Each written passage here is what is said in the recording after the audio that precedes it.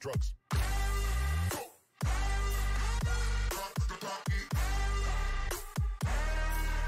See your girl in the park.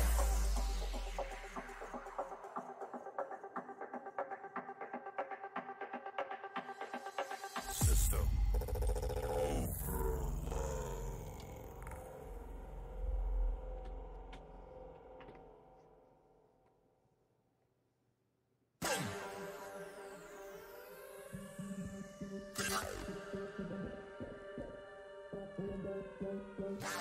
overload.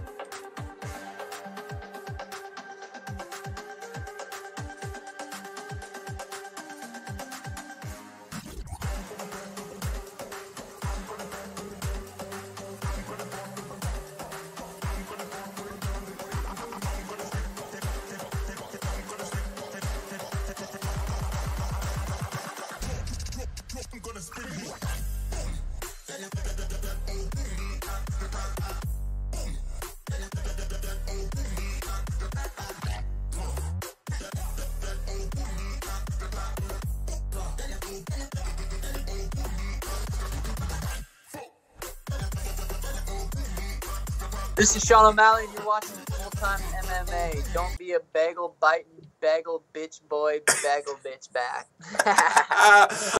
What's going on today, Full-Time family? This is a stream that we normally do on the weekdays, but there's some stuff I wanted to talk about in the news. But we're still going to be doing a fight companion later, so if you're listening to this on replay or whatever, salute to you.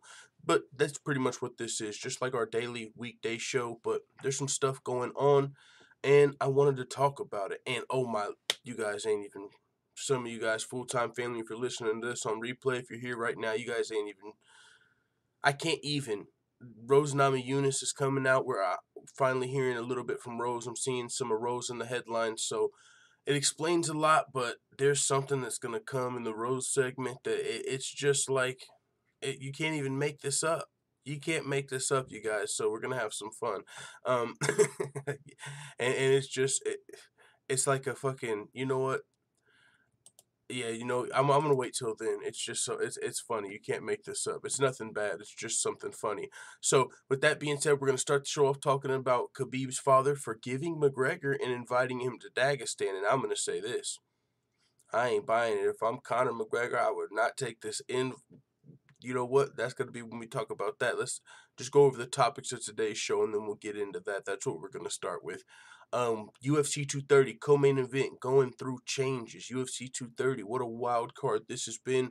Main event, finally have a set main event, and now the co-main event starts getting shooken up. We had Luke Rockhold injured, had to pull out of his fight with Weidman. Now Jacare stepping out of his fight with David Branch, which is unfortunate.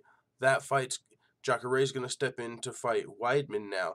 And we got Jared Cannonier stepping in to fight David Branch. So we're going to talk about those matchups.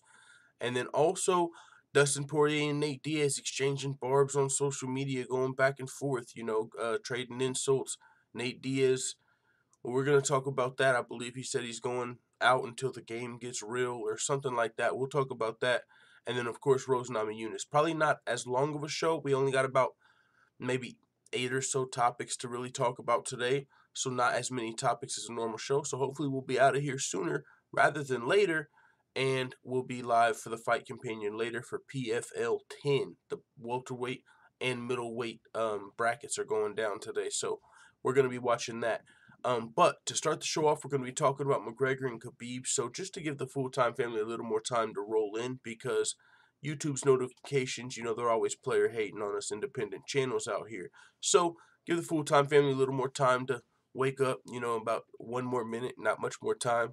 And we're talking about McGregor versus Khabib. So let's go to UFC Yankovic and run the Stockton Slaps produced McGregor versus Khabib. Wait. I seen the stream just cut out. I got us direct connected. That shouldn't be happening. It shouldn't happen much during this stream. So if it does, apologize for that, but we'll be right back up until the show is over. Is this the one with Stockton Slaps? Let me check out UFC Yankovic, because that one doesn't say produced by Stockton Slaps, and it should. UFC Yankovic. Pull this up real fast. It might be over here actually on UFC Yankovic. I don't know which channel I had that one on. Let's see. Or is this full-time MMA now?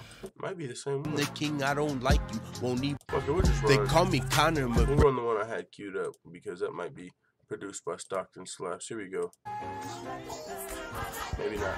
They call me Conor McGregor. There's no one better. I'm a fuck Khabib up, then go rematch for money. Mayweather. If this dog shit Dagestan, he thinks he can stand with me, I'll damage him and leave him panicking. Let Russia know I am the king. I don't like you. Won't even pretend to try to. I've waited this long to fight you. You shouldn't have fucked with my crew.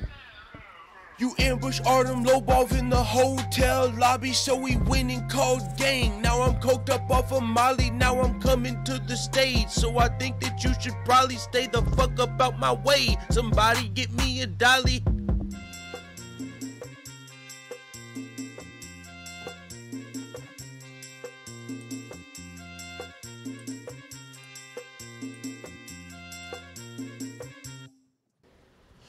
Yo, Conor McGregor, what the fuck is wrong with you? Come here, let me smash you like chicken, just let me humble you. You take all these drugs, but you won't take home a W. If we fight in UFC or if we fight with guns and crews. No, let me stop it, you don't want me to take it there. If you want, you can take a bear, send location, and I'll be there. Yo, what's going on, full-time family? All right, let's start the show. All right, let's get into these MMA topics. It's going to be a fun show. Shorter show. Salute to Benji in the chat, and I believe Almighty Khan as well. Let's give some shout-outs. Almighty Khan says, Connor Ferguson, GSP, 170 champ, 30-0, the best ever.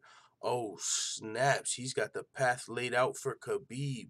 Conor first, or Conor rematch, then Ferguson, then GSP, 30-0, 170 champ. Well, yeah, GSP would have to be the 170 champ first, but maybe 165. You bust in the 165 division, same difference. That'd be crazy. That'd be a crazy path. Benji says Khabib's father would probably let a bear loose in the cage. Now you train like a Russian. Wow, yo, that's funny as fuck. Salute to Benji. But yeah, man, that's what I'm saying. I'm on your tip, Benji. Khabib's father forgives Conor McGregor, invites him to Dagestan. Oh, Almighty Khan says Khabib's dad said that 2 years ago. That would be a crazy trajectory. I mean, but I don't know if I want to see it in that order. Maybe Ferguson and then Conor and then GSP, because I don't want to see the Conor McGregor rematch immediately. But if that's how it happens, that's how it happens, and that would still be actually crazy. So with that being said, Khabib's father, now this is what he said. It had to be translated, of course, but when it was translated, it says, "Distinguished guest, I invite again to the tournament our close friend Oleg Taktarov and Conor McGregor. I said that I forgive him for all his insults. It's important to be kind-hearted." So that's what he's saying, and he's inviting him over to Dagestan, but there's no way. This is a dude you don't disrespect, and Conor McGregor got way too disrespectful with this man. He called him a quivering coward, talked about their religion, and I just have a feeling people have died for less. You know what I'm saying when it comes to some of these dudes. But hey, maybe I'm wrong. I'm just saying, I've never looked at Khabib's father as somebody that you disrespect in the way that Conor did. So when you get this invite to Russia, good luck, man. You know what I'm saying? Good luck. You gotta be, to accept that apology. You know what I'm thinking of, honestly? Like some Game of Thrones shit, bro. Like, like there's two parts on Game of Thrones. There's the one where they invite the family to the dinner and then they fucking kill them. Like, they kill their fucking guests. Like, hella dishonorable. They invited them there and then they fucking ambush them and kill them. I'm thinking of that scene, and then I'm also thinking of the one, I can't think of the guy's name, but the dude that like kidnapped Recon or whatever, or he kidnapped him and like cut his dick off and like fed it to him. Like, that's the type of shit that these dudes would do to you, man. They want to break you fucking down for the shit that you said, the shit that you done, all of that. But at the same time, that's just how I envision it, right? Like, that's just how I envision it if Conor steps into Dagestan. Maybe he is gonna show how they already won the fight, but Conor said this shit. He's the one that said this shit's gonna keep going. Don't forget we had the brawl after the fight, but I'm just saying, he did smash Conor in the octagon. His son smashed Conor in the octagon, so maybe he will give him that invite. But we're still talking about a potential rematch. I think there's still bad blood here, so that would be an interesting, situation. But Khabib's father also saying that he has forgiven Conor. So that's big, because it's just not something you expect from Khabib's father, after all the shit that Conor said. But being the bigger man here, it seems. So yeah, that's one thing I wanted to start off talking about, just because that sounds crazy. You know what I'm saying? Like, you know how I envision it. But there's a couple other things, like UFC 230. This has been going down, and I told you guys I would give you an update whenever we found out what was going on officially. Because we found out yesterday that Luke Rockhold was out of the Chris Weidman fight, and that was super fucking unfortunate, because that's one of our last saving graces of the card. That was already wild. The main event is already, you can be excited about it, put a smile on, because the rest of the card is good, but that's because you're still looking at the co-main event like, oh shit, we got Weidman Rockhold too. This is a slip-on fight. Let's go. And then as soon as we start appreciating Weidman versus Rockhold too, it's like, oh, Rockhold's out. Like, what the fuck? So now we got Jacare versus Weidman. That's still a great fight. But what it does do is take away Jacare versus Branch. And that's unfortunate, because that was going to be a good fight. And David Branch worked hard to get that fight. With the creative call-outs, he had his whole team doing the fucking alligator. Come on, Jacare. UFC 230, let's go. Had the whole team doing it, and then he took it a step further. He went out and got some damn imitation crab meat, and as soon as it got in, he put it on video, and he was like, yo, Jacare, since you don't want to fight me, I guess I'll have to get some imitation alligator meat. I guess I have to get some imitation alligator meat instead. He actually ordered some alligator meat. since he couldn't get the Jacare fight. So that was a fight that was going to be fun to see. And now Jacare stepping in to fight Weidman. And Branch is actually still getting an opponent as well. Jared Cannonier was a possibility, and it looks like Brett Okamoto has also reported that Jared Cannonier has accepted the fight against David Branch per Dana White. So David Branch stays on the UFC 230 card after Jacare moves to Weidman. So now the card we're looking at as far as the top 3 fights are Lewis versus Cormier, Weidman versus Jacare, and Branch versus Cannonier. So still some decent fights, but this card, from what it had the potential to be, from when we had the co-main event of Nate Diaz and Dustin Poirier, and a main event that was still yet to be announced, but we had big expectations. UFC was scrambling. We went all the way from, talks of Romero versus Gustafsson to Jones. Can he come back? He's cleared. Then we ended up with Shevchenko, Eubanks. Then that got moved back and took back apart. Now we're here. Then we still had a co-main event. Now the co-main event's gone. Well, we had 2 co-main events. Co-main event was Diaz-Poirier. That's gone. Then we had Rockhold Weidman. That's gone. Now we got Jacare Weidman. Cross your fingers. We still got 2 fucking weeks. You know what I'm saying? And now, but we still got some good fights. If you're a hardcore fan, this is still a good card. Even down to the Fight Pass prelims, there's a lot of good fights. Not every single fight, but there's a lot of good fights that I'm definitely looking forward to still. MMA Buds in the building. Yo, salute to MMA Buds, my dog. What's going on, man? I'm just doing a short show today, just talking about some brief, it's like in one of the shows I do every weekday, but it's a weekend. And before PFL 10 tonight, I wanted to talk some MMA, so we just went live. So we're discussing everything happening at UFC 230, the main event, the co-main event shakedown, all that madness. But what's going on, brother? Valentina said, what up, full time? What's going on, Valentine? Chris Neal says, nah, I'm not getting this one, cuzzo. It's whack. I'll watch online, but I'm not ordering this. That's what I'm saying. Like, it's one that you can watch. You ain't got to order it necessarily. It might not be worth the money for some people. It's not the most stacked card, right? Just because it's on MSG, that don't add to the pay-per-view value. I mean, so, and with the fights lost, but definitely it's one that you still want to watch. Whether or not you're going to pay for it, that's up to you, but it's definitely one that, as a hardcore MMA fan, I still want to watch it. Another freestyle, I'll beat your ass, says Valentine. Yo, speaking of another freestyle, we're about to be talking about Nate Diaz and Dustin Poirier. These guys are actually still going back and forth on Twitter. Still some bad blood here, although I don't feel like Nate Diaz is going to be willing to rebook the fight. There's still some bad blood. And since it's Diaz and Poirier, and we ain't going to have too many more opportunities to discuss Nate Diaz versus Dustin Poirier, let's motherfucking go. We got the Diaz versus Poirier UFC Yankovic freestyle we'll play before we talk about this Diaz and Poirier back and forth. And make sure, if you haven't yet, there should be a link that the anti-bagel bot pops up soon. If you haven't subscribed to UFC Yankovic, that'd be dope. If you did, do me a favor, just hit subscribe over there. Trying to get it to 1,000 subs. It's not going to bother you. I don't post over there like every fucking day, so it won't blow your notifications up. But that's where you can find songs like this and others, UFC parody songs.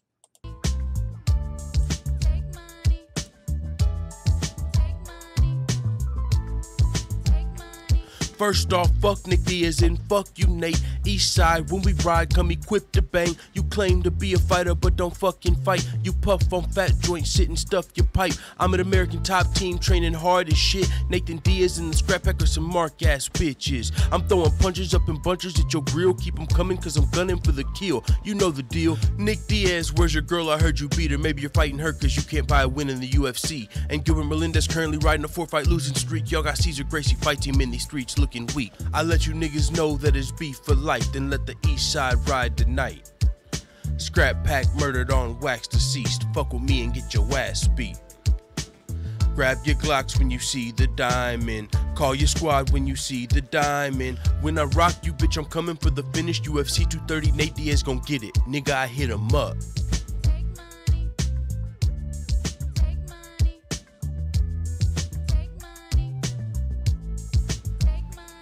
Get out the way, yo, get out the way, yo. Dustin Poirier's nuts just dropped, yo. You got the fucking nerve to talk about my brother and this girl. So at UFC 230, I'ma fuck up your whole world. Is it Poirier or Poirier? Cause I ain't never heard of ya. Chokes and slap attacks when I'm serving ya. It's Nate, it ain't Gaethje. No, you can't break me. I broke Michael Johnson and he had your face aching. And I broke McGregor, they both almost knocked your head off. The only way that you can fuck with me is if I fell off. And if I was baked, but since that ain't the case, at UFC 230, bitch, I'm stocked and slapping your face. I hit him up. Take money. Yo, Poirier versus Diaz was about to be litty but giddy. Let's go. Yo, MMA Buzz says, bro, that's cool. How you do Gilbert like that? Yo, that's part of battle rap, man. That's just part of the game. You know what I'm saying? That's part of the promotion. Nothing personal. It's just back and forth. Yo, and it's facts, right? I ain't making shit up. I'm not just calling him out his name. It's just facts. UFC Yankovic just spitting those facts.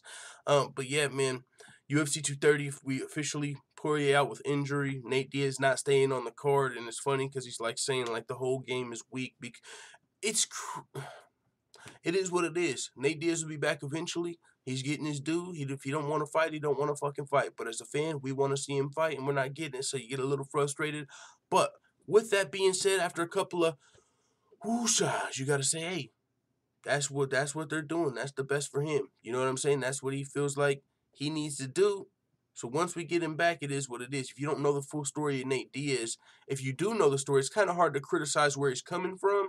If you know the story of Nate Diaz, where they came from, what they've went through, even with the UFC, if you know the story, you kind of see where they're coming from. But if you're somebody that's just looking forward to seeing Nate Diaz fight, and you don't really care about none of that shit, and you've been waiting to see him fight ever since McGregor, you're kind of like, what the fuck's going on?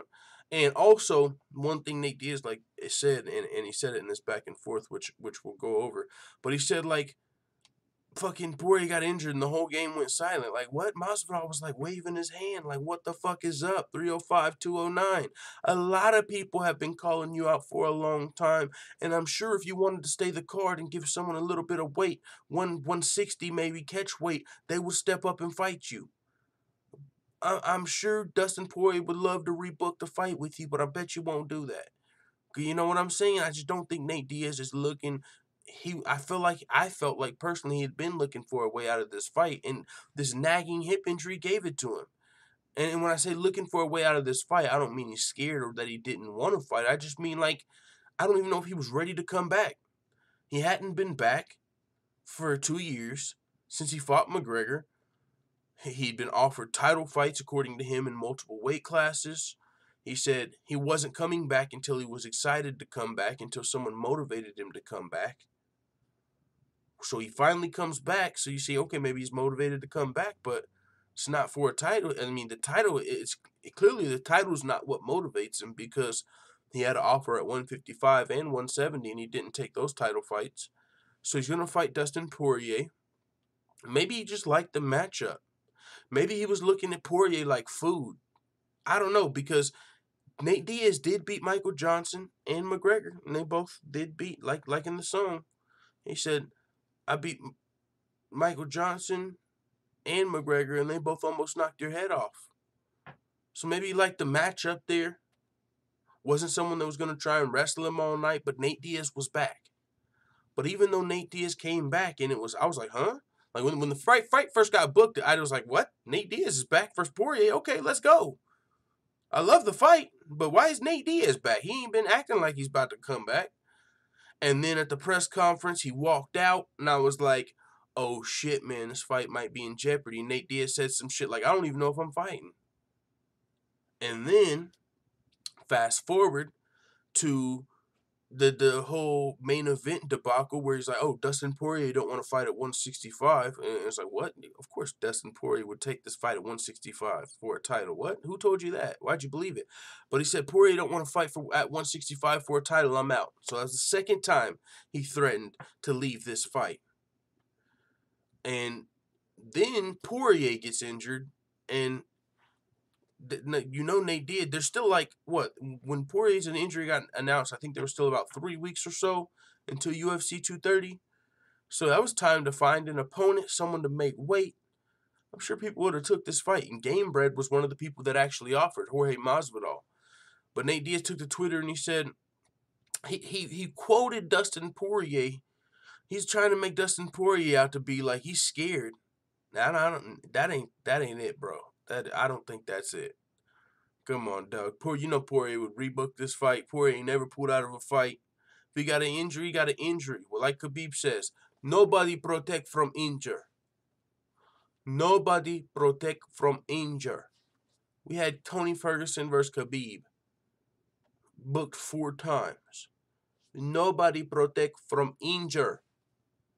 Anything can happen, dog, when you're leading up to a fight. You could trip over a damn cord. And it happened with Poirier. It can happen to Diaz. Shit. He could be going to fight McGregor next in a trilogy, and he could get injured. It can happen to anybody. And so with that being said, he quoted Dustin Poirier when he said, "So here's what's up for everybody asking. I do not have to have surgery. I'm going to stay in LA and get stem cell injections in my hip on Monday, and from that point I'll have a 3-week recovery. After that, I'll be able to get back to training 100%. So he quoted that, and he was like, this guy mysteriously pulls out with no injury, and it's crickets from the whole roster. I'm going back on tour until the game mans up. Shout out to Game Bread Fighter. He's down. Respect." It's almost like a contradiction.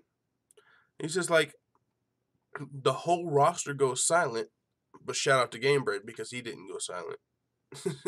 So what are you saying? If anybody would have spoke up, you would have took the fight? That's not the case because you would have fought Masvidal. So it sounds good. You know what I'm saying? There's those DDRs out there. You know what I'm saying?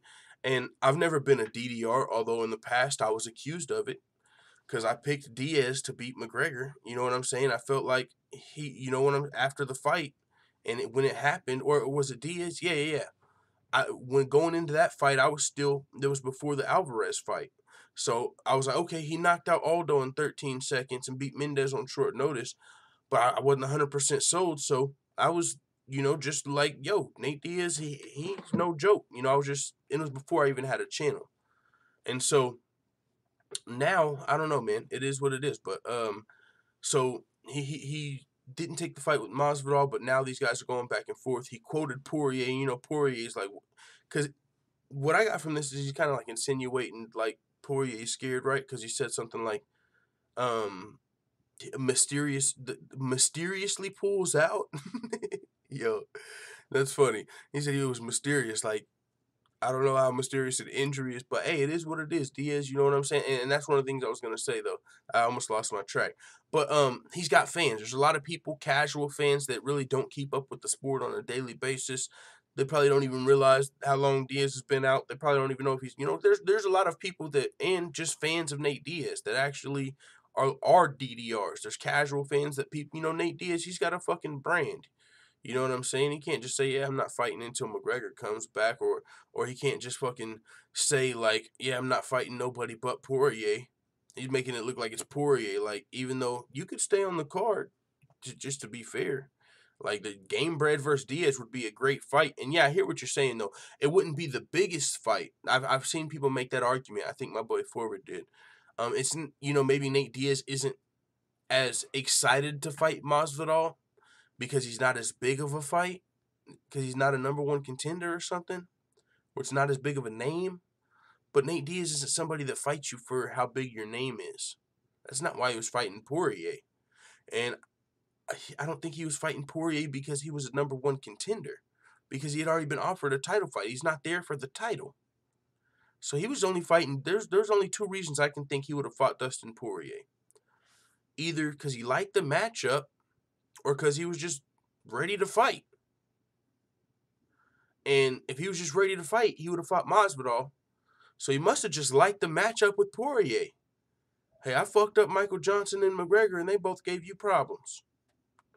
So what I'm thinking is Nate Diaz liked the matchup with Poirier, and the fact that he's not fighting someone else, maybe he don't like the matchup. I don't know. There's not a lot of shit that really, makes sense of why he would fight Poirier and not someone else on short notice. And he's saying everyone else went silent.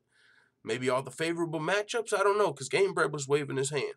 So it is what it is. To the Twitter back and forth, Nate Diaz said something about paid in full, a little cryptic message. Maybe he got paid, so he doesn't care anyway. I don't know.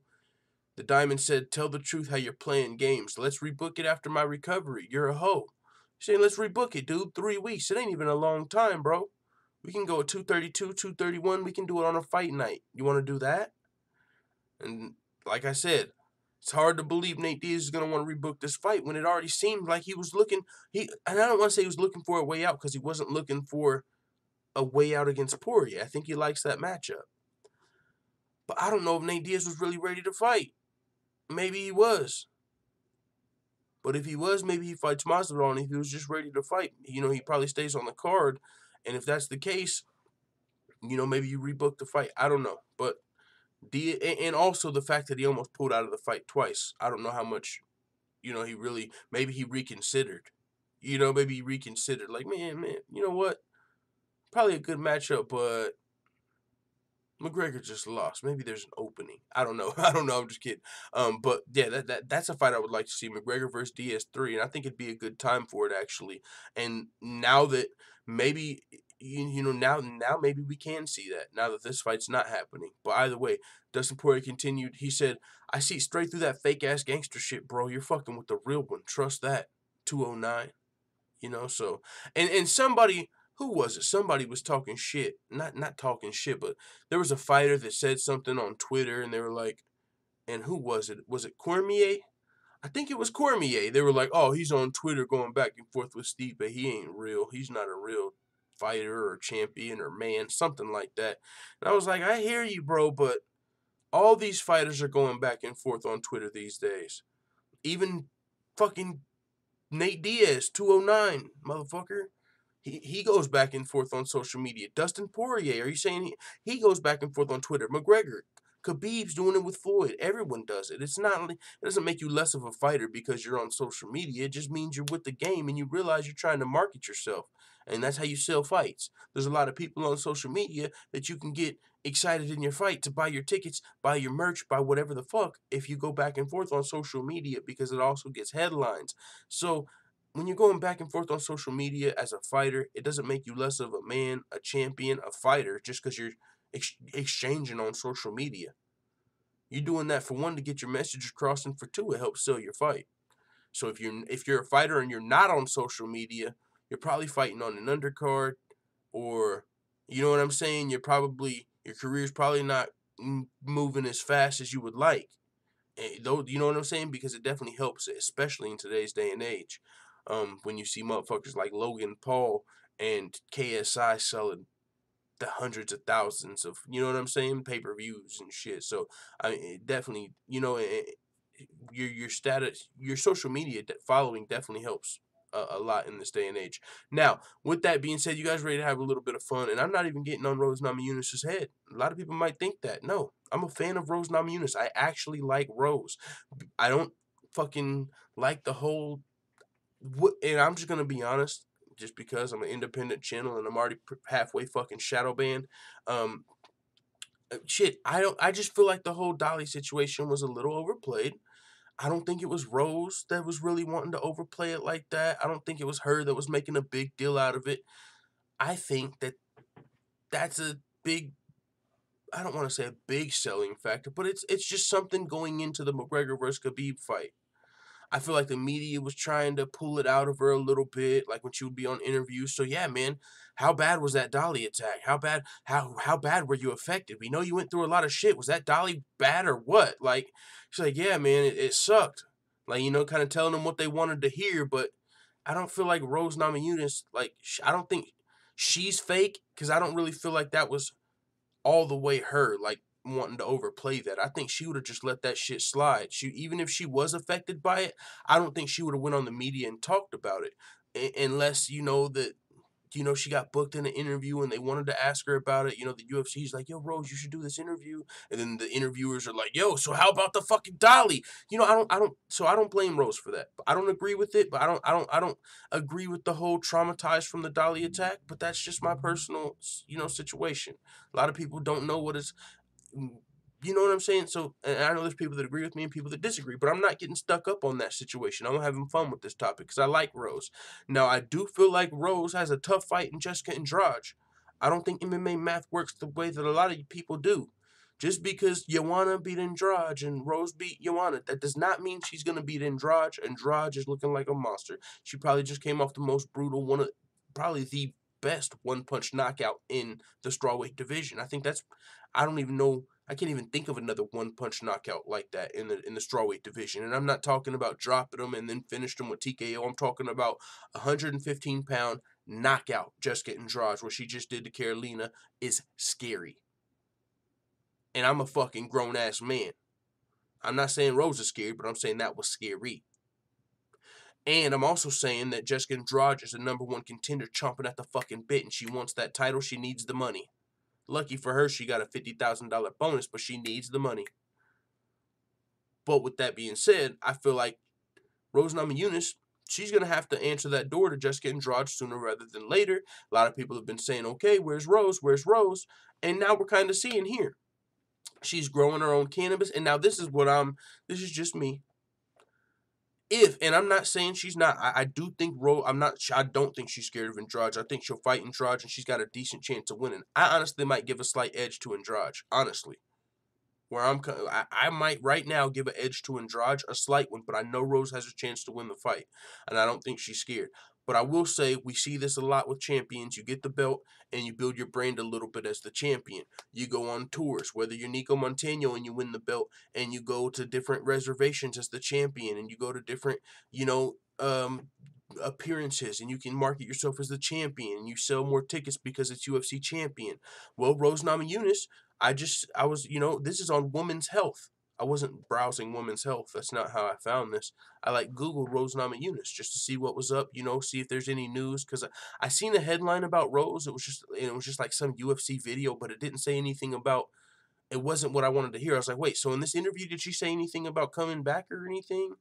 And I didn't see that, so I just Googled Rose's name, and I saw her name on, Women's Health, some different country, something Ethiopia or something India. Rose had an interview for, some crazy out over the sea shit, but, so she's, and what it was about was her cannabis, and I was thinking, okay, now this makes a little more sense for me.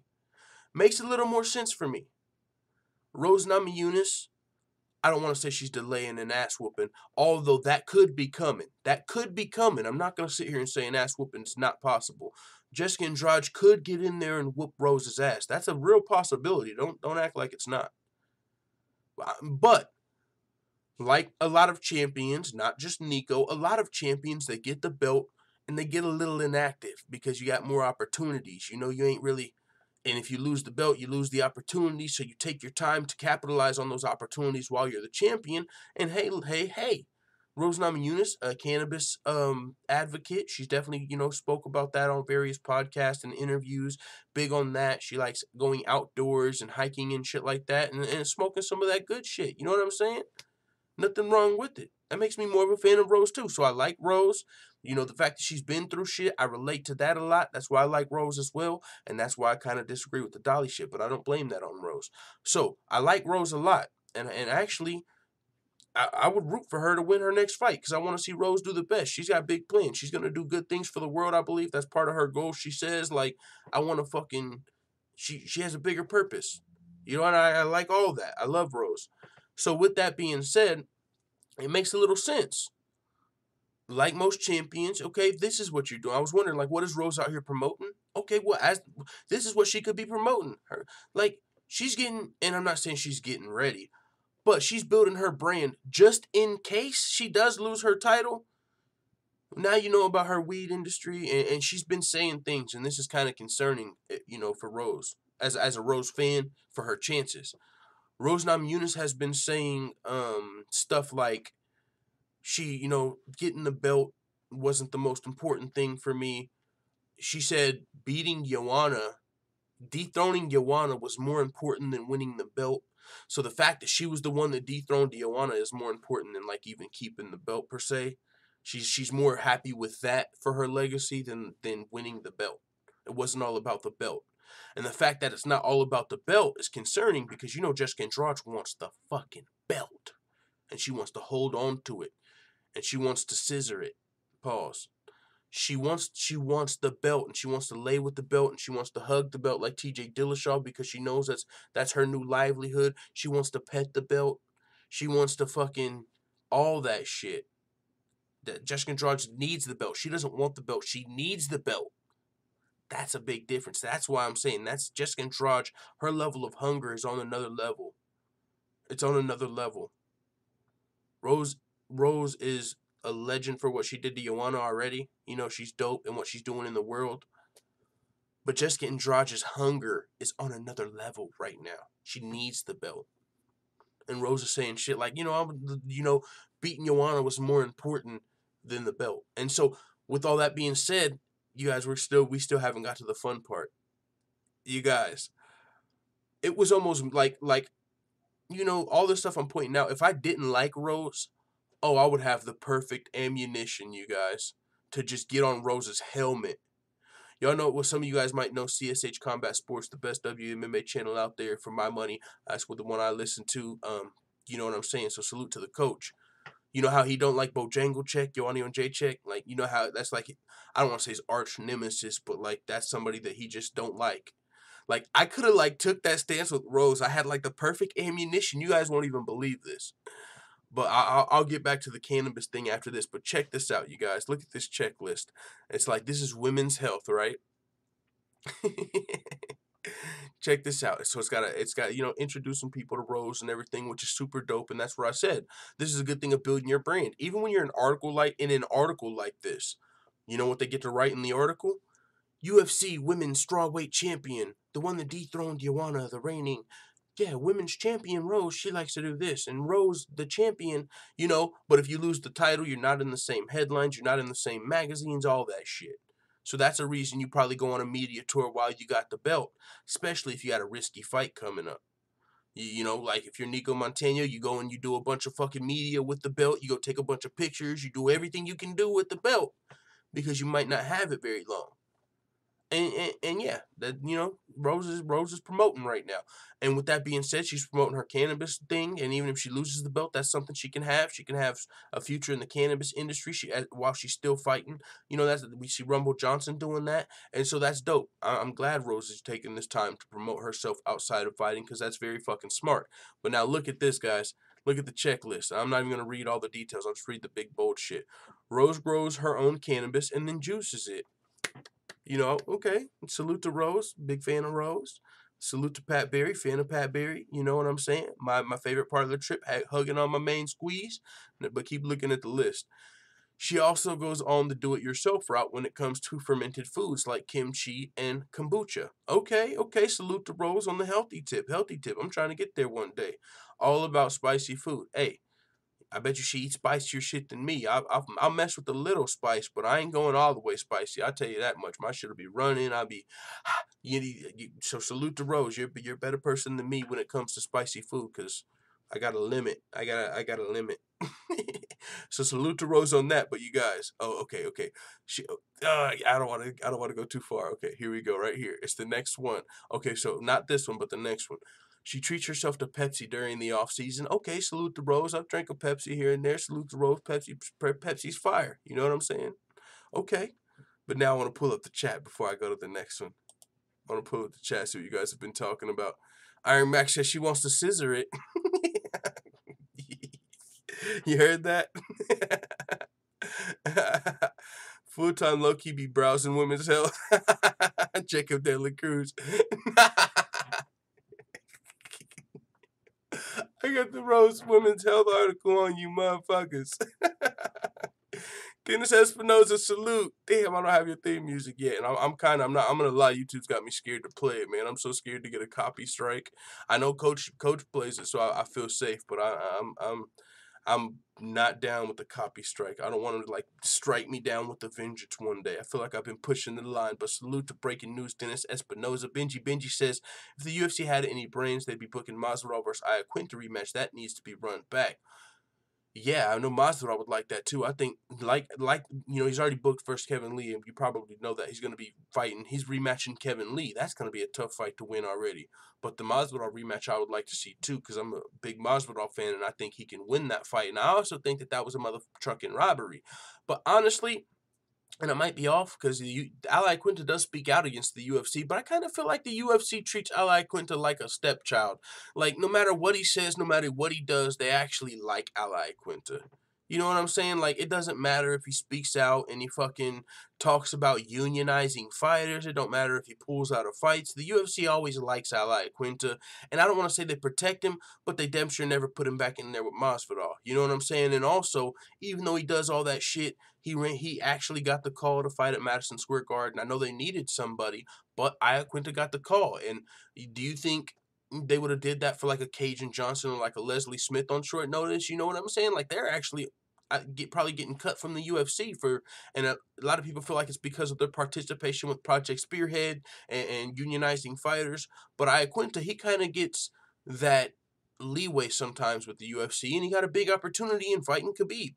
So, and he's got real estate on the side, and so with that being said, I don't know if they'll book that Masvidal fight again. Maybe they do after the Kevin Lee fight if there's enough fans behind it. But there's something to, I think, them not booking it yet. But I would love to see that as well. Okay, guys, let's get to this. Let's get to this. You guys don't even know what's about to come. And I hope people watch this on the replay because, all right, here we go. This is funny. I'm gonna change the title. It's got to have Rose Namajunas in it. The McGregor to Dagestan wasn't super important, so I'll take that off the title. You guys, I'm about to put in the title what Rose's next thing is. Rose Namajunas bites bagels. You guys, look. What the fuck? I forgot these things existed. What the fuck? You can't make this up. You can't make this up. Oh, shit. Bagel bites. Oh, shit, son. Bagel bites. Don't be a baby back bagel biting bitch, boy, or girl. Rose Namajunas literally is into bagel bites. I forgot those existed. I was thinking like bagels, actual bagels, cream cheese.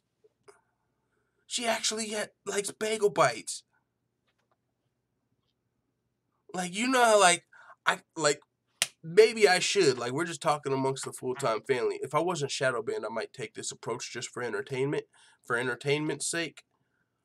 But I could so take the approach that Rose is ducking and drudge. Like, if I wanted to be a Rose hater, I could definitely make an argument. And to top it all off, she's biting bagels. I can overplay. I can not give her the benefit of the doubt on the Dolly thing. Like, I could be like a Rose Hill. Like, I could be like, man, the Dolly thing, overplaying it. She's not traumatized. Fucking ducking and drudge. Ducking. And she bites bagels. But I actually like Rose. But you can't make this up. Bagel bites?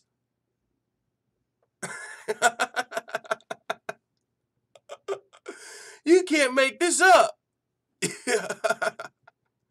You can't. Rose bites bagels. A bagel bites. Rose bites bagel bites. That's crazy. So yeah, man, I said I got it. There's no way I can't show the full-time family this. And the irony that I've been the one that's skeptical on the whole Dolly situation, like, I know a lot about psychology too, and I also been through a lot of shit. And let me tell you from personal experience, we ain't the type to get traumatized easily. That's usually people that ain't been through shit. Now, maybe if when you were growing up, every time you heard a glass break, you know, like some Pavlov experiment shit you learn about in psychology, Pavlov, you know, the Pavlov dog experiments where every time you hear a sound, something crazy happens. So every time you hear that sound, it triggers something. Maybe if every time Rose Namajunas like got something traumatized happens, every time something traumatizing happens, if every time that happened a window broke, then a window breaking would trigger that shit 100%. But if it's not specifically, her traumatization wasn't specifically triggered by anything about window glass, that's not going to really be the flashback trigger. And that's for personal experience and education. And so I've been skeptical on that. And I think that's fair. Not going overboard. Respect to Rose. I like Rose, like I said. But with that being said, you can't make this up. Bites, bagel bites. Bagel bites! You guys, bagel bites. Okay. Salute to Rose, though. I can't wait for her to fight Andrade. I think she has a chance to win, but I also think Andrade has a chance to win. I don't think Rose, I'm not giving her the win. I'm not giving her the edge. I think it's 50-50, and honestly, I might be 55 Andrade at this point because she's so fucking hungry. But yeah, man, you can't make this up. I had to show you guys that. So glad we have a Rose update as well. With that being said, this is what I was talking about a little earlier. Rose saying that beating Joanna is more rewarding than winning the title. She would rather be the one that dethroned Joanna than the one that won the title. And it's like, really, the title is the end game. When you get the title is when you get the platform to speak to your cause. That's when you get the money to fund your cause, whether it's a charity, whether it's your cannabis industry. When you get the title, that's how you do all of that. Beating Joanna don't help you do none of that shit. It might get you keeping the title is what's so. You know what I'm saying? Just to me, and I might be overplaying it, or I might just be looking into it too much because I think Andrade is so fucking scary. Mini Cyborg, I think she's such a threat to the title. But whenever I see this and I see that beating Joanna was more important than the title, well, Jessica Andrade ain't Joanna. You know what I'm saying? So you got to get Joanna off your mind. We got to be thinking about Andrade. That's a scary, scary challenge. And I believe Joanna did say she's actually glad that she can get Joanna off of her mind and think about someone else. But shit, you might. This is gonna be something you might look back on. Joanna's gonna be the glory days. You look back and you tell your kids, "I dethroned Joanna." You're gonna be looking forward to thinking about those days in the future.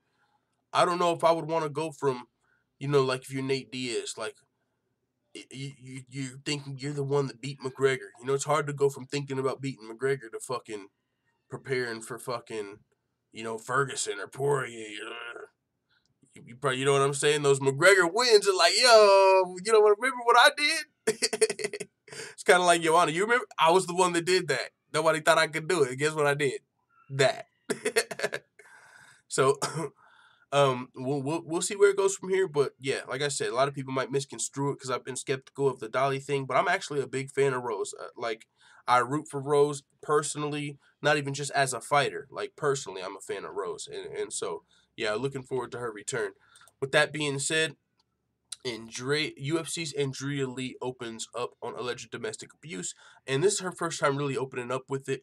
I don't talk about it too much because, I'm respecting her privacy, but I will cover her update on it because it's something that I pointed out, and a lot of people didn't really take this into consideration. People are like, oh, you got to split from your husband, like it's that easy. It's like, I don't know if you motherfuckers don't know anybody that's been in a rough relationship or how hard it is to separate from someone, even if you don't have a kid, you know what I'm saying? Even if it's financially, like, you know what I'm saying? But these people not only have a kid together, but they also are married. You don't know about no prenup situation, right? She's now a UFC fighter with a budding career. So it ain't that easy just to say, you know what? I don't like this guy. Let's split. We got a fucking kid. And by the way, not only that, even if she was going through shit, you know what I'm saying? It's hard. Domestic abuse with the kid. And another thing I can tell you from personal fucking experience. And I'm talking about people related to me, real close family. Like, I'm not going back into my personal life, but even when you're not married, even when you just have kids. And now, this is a step further that me, you, and a lot of people can't even grasp because you're not in that situation. You're not in her shoes. But you don't. If they were to separate, where do you think custody of the kids going? People might. Oh, it's going to her. It's going to her because he's a bad guy. No, you know why? You know why? And I'm not gonna play the race card, but I will say for one, he was a former cop, and he got fired from it for like I believe, like, he an unarmed person he killed. It was an unarmed person, and so he actually got fired, relieved of his duties of being a cop, shot him like 7 times, an unarmed person. That don't even get talked about as much. That's why I don't know the details of it like that. But even with that, you might think, okay, he can't get custody. But you have to take this into consideration. He's got this stable home. And what I mean by that is Andrea Lee is a UFC fighter. And by the way, his lawyer could play that up, by the way. We're MMA fans, so we look at UFC fighters as respectable figures. But if they were in a custody battle, bro, they would play that up like she's a cage fighter, all type of shit. And so with that being said, also she travels to work. She might be fighting 3 months. This month she might be fighting in this country. This month she might be fighting in this country. And, you know, so you got to have a stable home. The kids got to go to school and shit. And since she's not fighting every fucking month, that's a little better. But still, I'm just saying, it's not that fucking easy to just fucking separate. And by the way, you're not even thinking about a potential prenup, none of that shit. Does she need to get away from the dude? Fuck yeah, but it's not that easy. And by the way, the family, his family, and that's what she points out here, we still have to at least be somewhat cordial. He's got a side of my daughter has a side of the family over there. She's still related to his whole family. She's got a grandma over there, cousins, uncles, aunts, all that shit. Does she still, you can't just separate her from her whole family? It ain't that fucking easy. And so she spoke out about it, and that's why I'm covering it, because that's kind of what she's saying. She said, anytime there's something to talk about, people just love to, I guess, bring other people down, saying I'm not deserving of a UFC contract because of particular things. It's just crazy, but I've gotten through that, and I've gotten on to some other more serious matters. That, to me, everything that's happening between me and my husband, Donnie, I didn't want it to get out in the news like it did. Everybody who knows me in the MMA community, who watches UFC, reads the updates and stuff, and just reads the articles, it's embarrassing. I would have preferred to have kept it all to my personal, private business. It's my life. And the way that it got out in the media, it just kind of sucks. And her friend, you know, that's how it kind of got out to the media. One of her best friends was kind of a witness to the whole situation. I believe she called the police, and then she gave like a testimony and told like a detail of everything that happened that night. And so she's like, yeah, she did say some things that I would have preferred that have not been said because it's just hard for me because of my little girl. Donnie and I, we have a daughter together. Regardless of everything that happened, he's still her dad, and him and I and his family, we're still going to have to cope with each other. We're going to have to get along for the sake of our daughter, and hopefully we can be friends. I mean, I'm a forgiving person, and a lot of stuff that the media took the things that Andy said and twisted it to fit their story. Now, with that being said, you know, people might still want an explanation about the whole Nazi thing, and I think that's kind of what people get held up on with him. It's the whole Nazi background. If he was honestly just some random person and they had a domestic dispute, even with domestic violence, I think people would say, okay, yeah, you're right. You still have a kid together. You still, you know, his family might watch her whenever she goes overseas to fight. You never know how the babysitting situation goes down because people don't think about that shit. It's not that simple. And so with that being said, they still have to be cordial. I think the only thing people are like, oh, how are you going to be cordial with the fucking Nazi? You know what I'm saying? Since he has those tattoos and he refused to get them covered in the past, people are like, oh, no, you got to like completely cut ties with him because of those tattoos. And I think that's kind of what people are still going to probably be hung up on. But still, like, I just, you know, I was covering the update on it. And like I said, it's not that fucking simple. And like, she can't make him get the tattoos removed. She can't make, even if it's free, she can't make him. And then you say, okay, well, if you won't get him covered up, leave him. Okay, you can be separated, but you still have to be cordial. You still got to go to his fucking family's house for your daughter on the holidays. You still have to talk to him. And if you're taking that stance, you're potentially putting yourself in danger. So, you know what I'm saying? It is so much fucking more. It's not black and white. Even if he does have Nazi tattoos, there's not much shit she can do about it. Even if she ain't sleeping with him, ain't in the same household, is sleeping in the same house as him, even if she's not, even if they're in different households, they got a fucking kid together, guys, and the kid don't got no Nazi tattoos, and neither does Andrea Lee. So it might be time to stay the fuck out of their business. You know? What the fuck? There's nothing, unless you got the detailed plan for this shit, which you don't. you don't know what she should be doing, but she does got to stay cordial because she's got a family and a life. So respect to Andrea Lee. She got a fight with Jessica Rose Clark coming up. They both have a history, and Jessica Rose Clark actually reached out to her. She said she offered to pay like her flight and all type of shit. Because she has a history with domestic abuse herself, and now they're going to be fighting each other. And one thing's for certain: we know they can both take an ass whooping. Now that's a little bit jokes, but no, facts. They're both actually are really good fighters. So someone says, what happened to Rose? Oh, you got to listen to the show. I'm just saying she bites bagels. It's not a bad thing if you listen to the show. If you listen, just replay the show. It's just funny because she actually likes bagel bites. I actually gave Rose a lot of respect, put a lot of respect on her name, but it's just funny because she bites bagels. So if you listen to the show, it was a whole funny rollout. But yeah, you got to listen to the show. That's why I put it in the title. It's a funny thing. But yeah, other than other than that, we got a few more things to talk about. Daniel Cormier says he postponed WWE commentary to try out when the UFC 230 fight was booked. Okay, you know what I'm saying? Daniel Cormier still flirting with that WWE.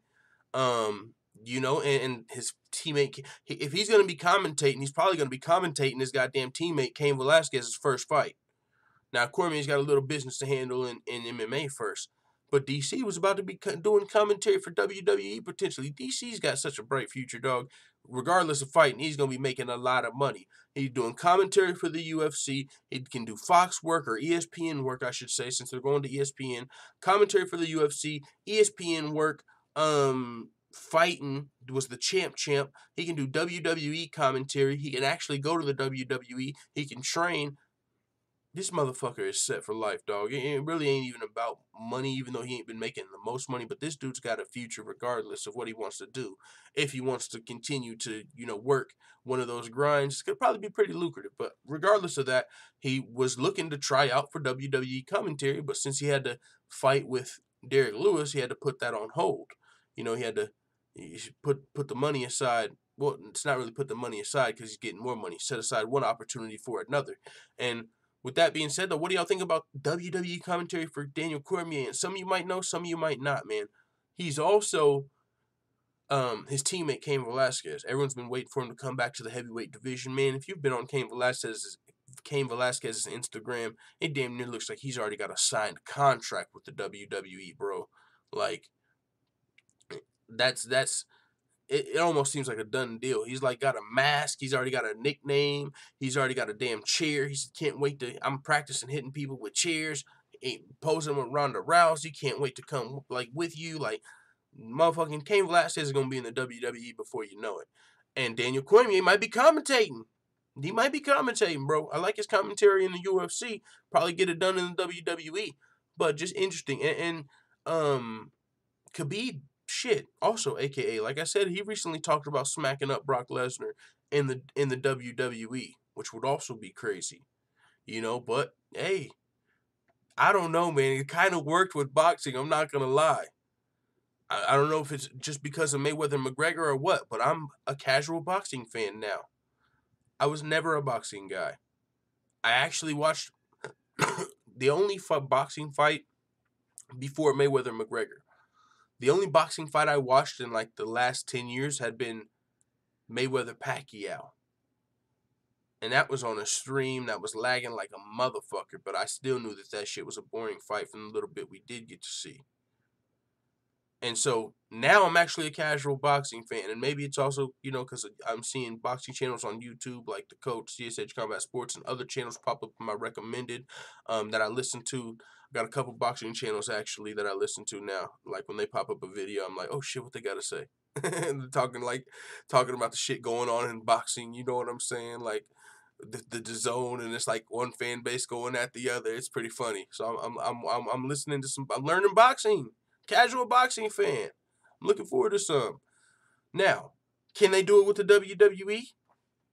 I've definitely watched a couple clips of Ronda Rousey. As far as in the WWE, they come up on MMA websites. It's like, what? Ronda Rousey got fucking put through a table? She got set up by Kurt Angle? Man, I got 30 seconds. Let me see what I got a minute 30. What's going on? And I watch it. So I don't know. What if there's fucking Khabib and bro, what if it's John Jones in versus Cain Velasquez and you got Khabib and Ronda Rousey in the same ring and Cormier's commentating? You're gonna tell me as an MMA fan of all those people, you wouldn't watch what they had going on? Their fucking, even if it was choreographed, none of that shit. I would for sure, like a Hell in the Cell, like a story that's being played out by your favorite fighters, bro. Yeah, I would watch that. I think I would. Now, are they actually, is WWE actually gonna get to sign them all? I don't know, but yeah. Someone said boxing low-key back on the rise. Yeah, man, and maybe it has something to do with these guys aren't at each other's necks as much as it was. It used to be boxing shit on MMA. They said it was like for fucking, people that only liked humping on other dudes, and it was a white man's sport, Floyd Mayweather famously said in the past. And, then MMA used to shit on boxing, how it's just one aspect of fighting, and no one cares about boxing, and they'll lose to every MMA fighter. But now they're kind of working together, something cross-promoting a little bit. You got people flirting, going back and forth. And now it's like, hey, we can all just be fans of everything. It ain't as much boxing versus MMA as much. And Mayweather McGregor kind of broke those doors down, I think. So that's something that fight did do. But yeah, man. And then, yeah, the heavyweights, you got Wilder and Fury and shit going down. And then you got Wilder and Joshua being fucking built up still. That's a fight that I've been hearing about for a long time, like for a while now. For a while I've been hearing about that damn fight and it ain't happened. But this one when it happens, I'm definitely gonna be watching Wilder Fury. I'm sure it's gonna happen eventually. But that's what I'm hearing about, looking forward to and shit. So yeah, we'll see what goes on with DC. But he says, if I didn't do this fight, I've been talking to the WWE because they wanted me to go in and do an audition as a member of the commentary team. That was my private little thing. But because of the fight, I had to push it back. So there might be some DC and WWE shit coming. Yo, DC, the stink face. You know what I'm saying? The new Rikishi or something. DC hitting the stink face. Pause. Who the fuck is that guy? Bobbling just joined the full-time family. Yo, salute, Bobbling. Welcome to the full-time family. Thanks for hitting that subscribe button. Okay, so, yeah, he said it was a little private thing, DC. So that's a lot of AKA members. There's a lot of AKA and ATT, right? American Top Team, yeah. Dan Lambert, Colby Covington, a lot of those guys, with Bobby Lashley. There's a lot of guys over there that kind of flirt with WWE as well. You know what I'm saying? There's a lot of that. And those are two of the best, actually, probably the two best, very best MMA gyms in the world. AKA, you got Cain Velasquez, Cormier, and Khabib flirting with the WWE. Shit, Rockhold's got to be next, right?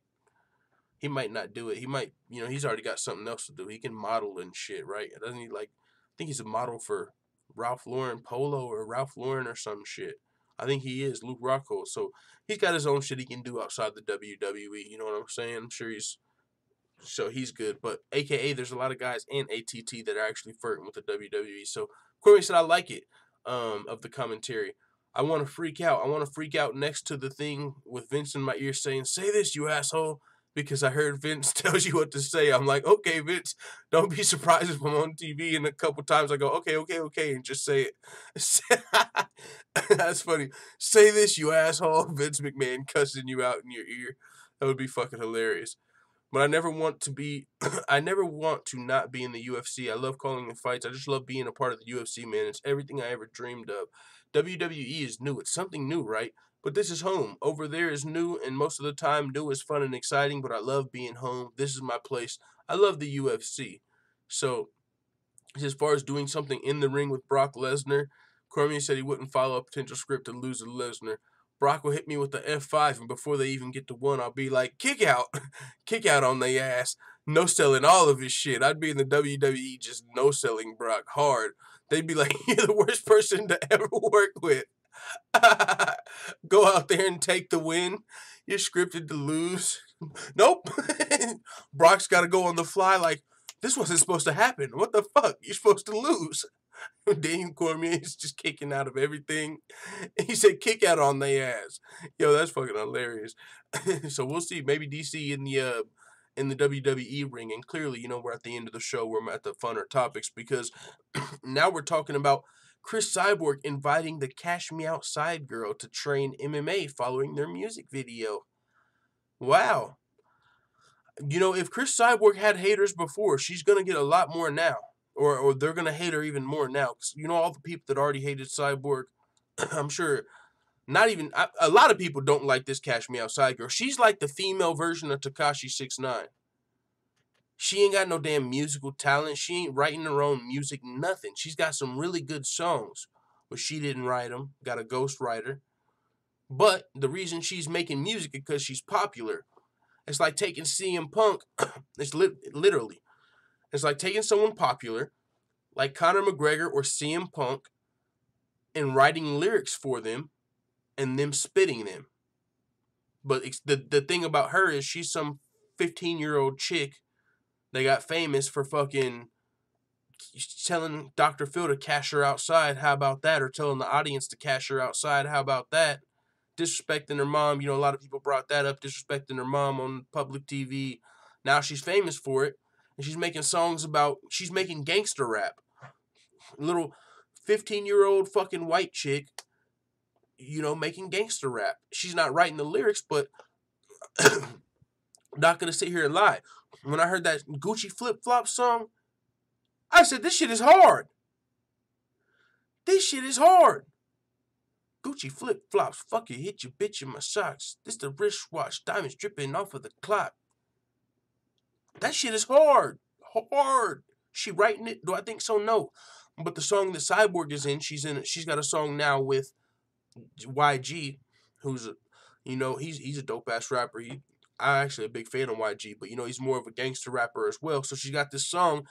So, I mean, if you take the fact that it's Bad Baby out of it, if it was just actually some other person, you could say it's a gangster rap song. But the fact that it's Bad Baby, this 15-year-old Cash Me Outside girl, it's just kind of hard to call it gangster rap.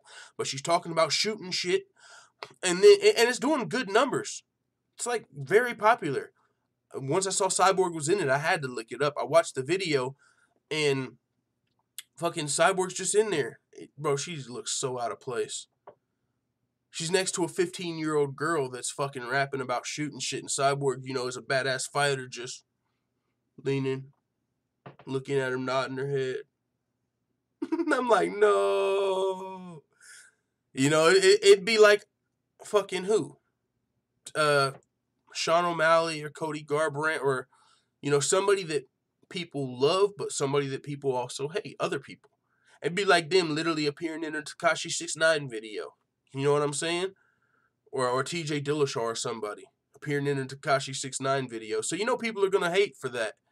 You're gonna have all type of people like, oh, you're promoting Bad Baby, you motherfucker. The people that already don't like her. But hey, she's getting opportunities out here. She's getting to the bag. You know?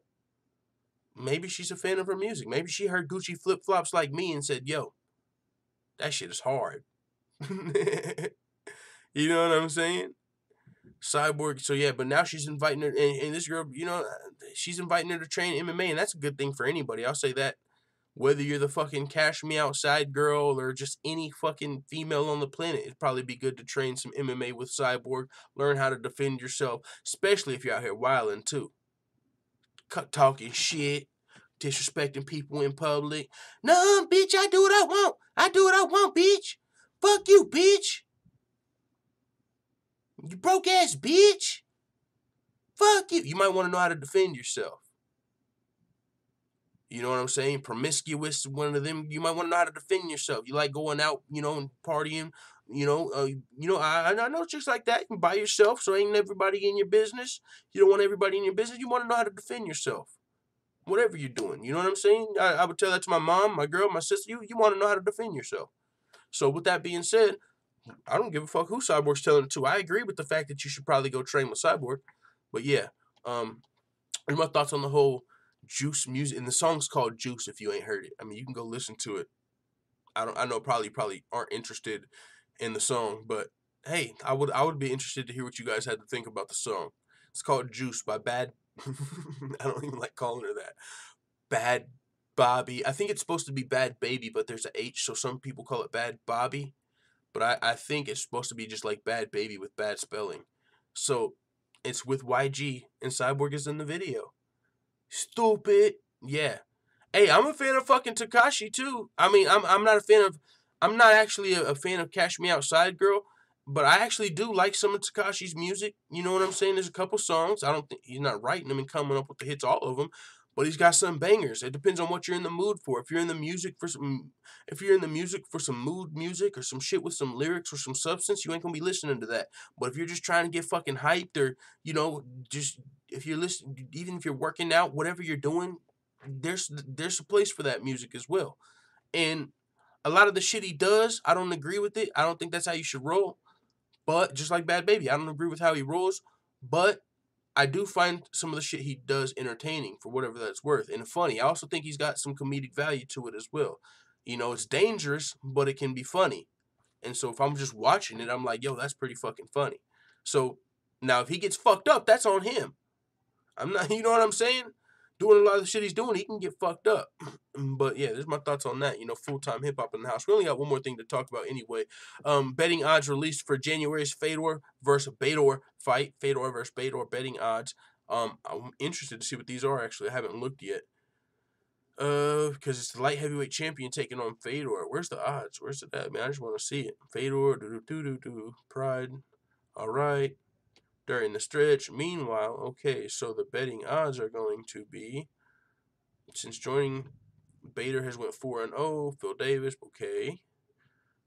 There we go. Fedor Emelianenko is plus 300 underdog. Wow, the heavyweight is the 3-1 underdog. Bader 4-1 favorite. That's a pretty heavy favorite. But yo, I will say this. I hope Bader wins, just because if so, my bracket is litty spaghetti, dog. I'm all the way right to the finals, and I got Bader beating Fedor in the finals, and if that fucking happens, bro, I'm like fucking March Mad. I'm ready for March Madness, even though there's a lot more teams there, so it's a lot harder.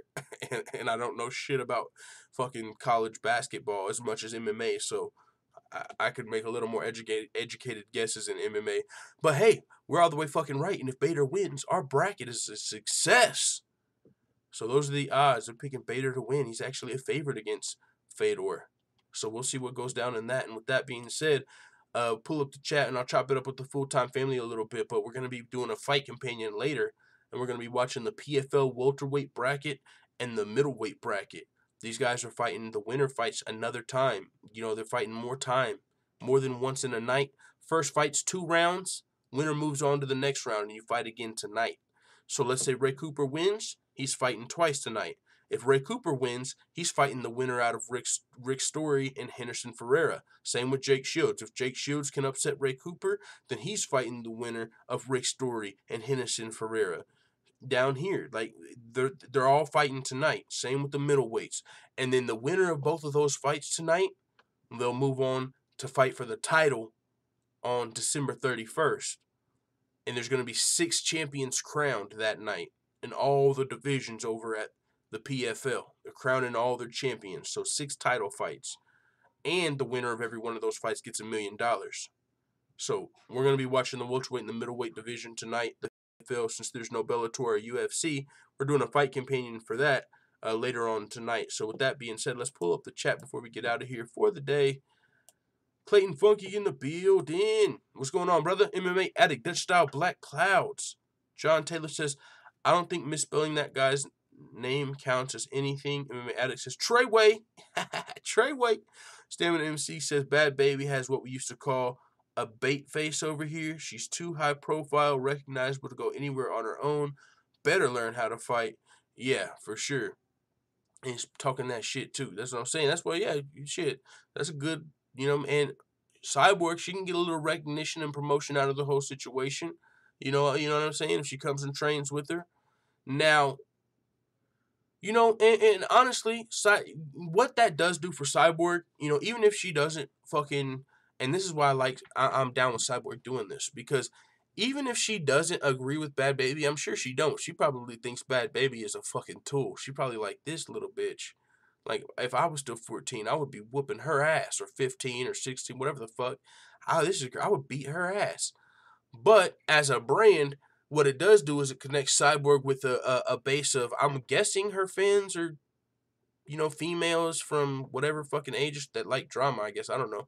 Fucking ages. I don't know who Bad Baby's fan base is supposed to be because she's literally making gangster rap. Feel like her music, it's music that only adults should listen to, kind of, but you know, kids are going to anyways.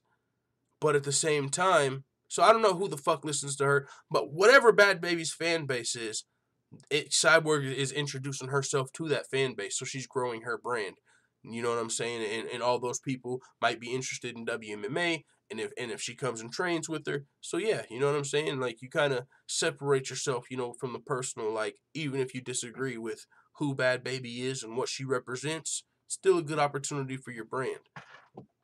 And when you think about it, it sounds like you're kind of like selling your soul, like, you know, not like literally, but kind of like fucking maybe doing something that you disagree with to grow your brand. But hey, you know, if you're Cyborg, you got to get the opportunities where you can get them, just like anybody. John Doe says, Lil Rose likes bagel bites. Yo, that's about it for the show, though, you guys. We'll be back later. We're coming live again. Thank you guys for coming through. I don't want to make this show too long, for one, because I know there's going to be a lot of people like, what? Rose Namajunas bites bagels? Like, is full-time going in? They ain't going to realize that it's kind of a little bit of a joke. But no, yeah, salute to Rose and salute to everybody listening to this right now. We'll be live again later on today doing the fight companion for PFL 10. So with that being said, man, let the full-time family know what you think in the comments. We out. Make sure you catch me later on the Fight Companion. We're going to be having some fun, guys. And make sure you subscribe if you haven't yet and hit thumbs up. Don't be a baby back bagel biting bitch boy or girl. Let the full-time family know what you think in the comments down below.